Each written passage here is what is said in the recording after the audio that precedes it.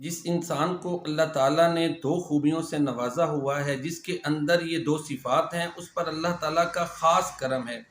ویسے تو ہر کوئی کامیابی ہے، کوئی اچیومنٹ ہے، وہ اللہ تعالیٰ کا فضل ہے۔ اگر انسان یہ سمجھے نا کہ اس کا اپنا کارنامہ ہے، تو پھر سمجھے کہ اس کی تباہی اور زوال یہاں سے شروع ہوگا۔ دو خوبیاں، دو اوصاف، وہ اللہ کی ذات پر توکل اور محنت ہے۔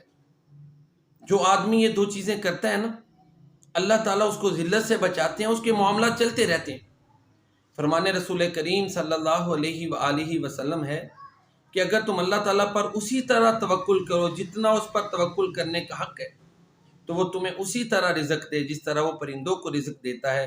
وہ کل کے لیے کچھ ذخیرہ نہیں کرتے، لیکن ان کے معاملات زندگی چلتے رہتے ہیں۔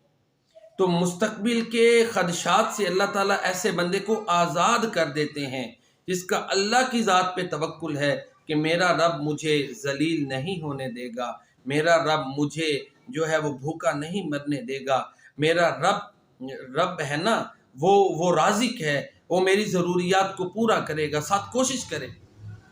دو چیزیں، اللہ کی ذات پہ توکل اور کوشش۔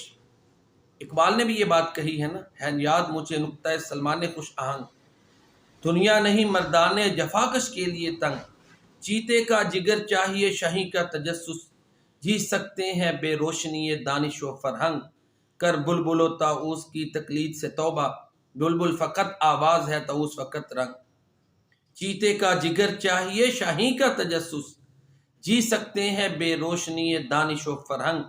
دیکھیں نا، جانور کب ذخیرہ کرتے ہیں، لیکن اللہ انہیں خوراک عطا کرتے ہیں نا۔ عقاب ہے کب اپنے گھونسلے بناتا ہے، کب جو ہے نا بڑے بڑے سالوں کے لیے ذخیرہ کی ہوتی ہیں چیزیں نہیں، لیکن اس کے معاملات چلتے ہیں۔ تو دو صفات، دو چیزیں، محنت، کوشش، الیس للانسان الا ما سعی، انسان کو وہی کچھ ملے گا جو اس نے کوشش کی، اور دوسرا اللہ کی ذات پہ توکل۔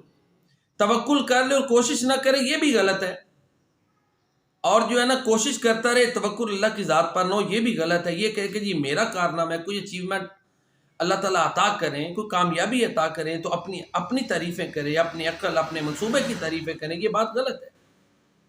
مجھ سے زیادہ قابل لوگ، بڑے لائق فائق لوگ جو ہے نا وہ ناکام ہیں۔